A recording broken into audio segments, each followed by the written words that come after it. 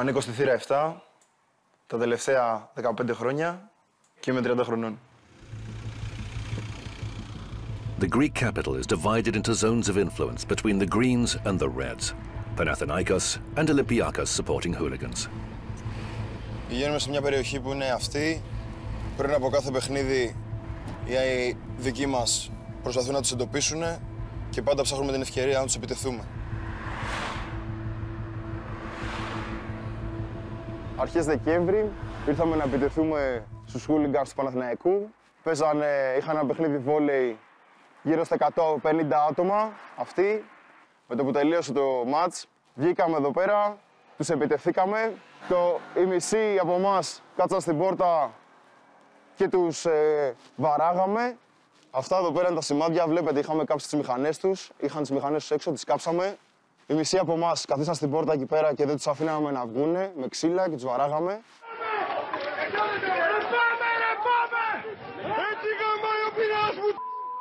Και οι υπόλοιποι είχαν προχωρήσει κάτω στον δρόμο, που είχε βγει ο υπόλοιπος κόσμος έξω και τσακωνόμασταν.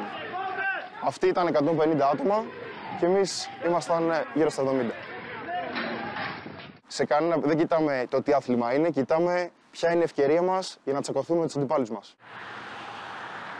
Τον Οκτώβρη του 2016 τσακωθήκαμε με τους hooligans της ΑΕΚ 70 με 70. Το Molotov cocktail, πνογόνα, επίσης ξύλα, Greek style.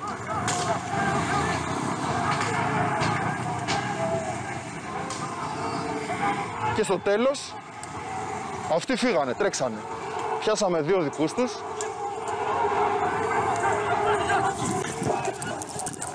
Νικήσαμε ξεκάθαρα, ήταν μεγάλη νίκη. Σε κάθε σύγκρουση και από τις δύο πλευρές υπάρχουν πάντα τραυματισμένοι. Ωστόσο, σεβόμαστε τους νεκρούς και δεν θέλουμε να αναφέρουμε κάτι παραπάνω σε αυτό.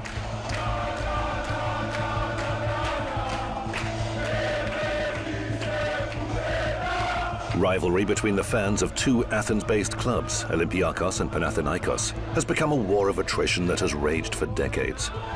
The conflict has seen dozens of young Greeks mutilated and even killed. Every Athens derby provokes street fights. In southern Europe, the fair play rules between hooligans are rarely observed.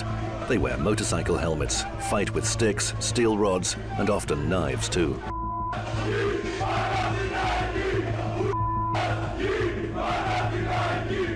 Γενικότερα, εμείς τους ψάχνουμε στον δρόμο, όπως και αυτοί μας ψάχνουν στον δρόμο. Δεν είναι στο DNA μας στην Ελλάδα να δίνουμε ραντεβού σε δάσος. Τα τελευταία 30 χρόνια, ο Ολυμπιακός και ο Παναθηναϊκός κάθε χρόνο, οι Ολυμπιακοί και οι Παναθηναϊκοί μάλλον, τσακώνονται.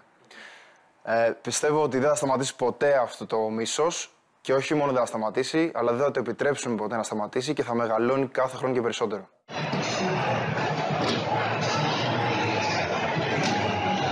Στο τελευταίο εντός ντέρμπι με την ΑΕΚ, επειδή χάσαμε, μας προκαλέσαν η αστυνομία και κάναμε επεισόδια μισή ώρα με τους αστυνομικούς.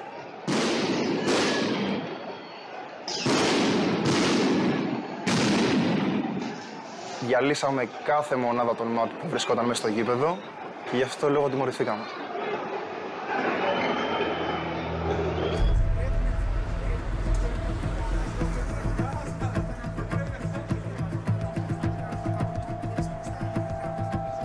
Olympiakos fans have been banned from the team's next 2 games.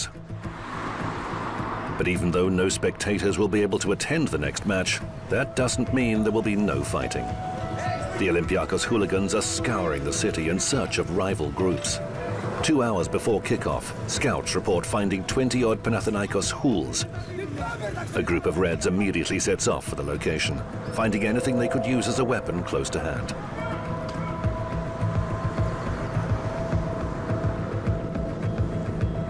It's the threat of violence and the potential for violence that is where the adrenaline comes. One of the attractions of the hooligan culture for many is the fact that it's a match day thing. It doesn't impact on the rest of the week. And in many cases, you won't even see the guys you see at football during the working week because you come from all different places, do all different things.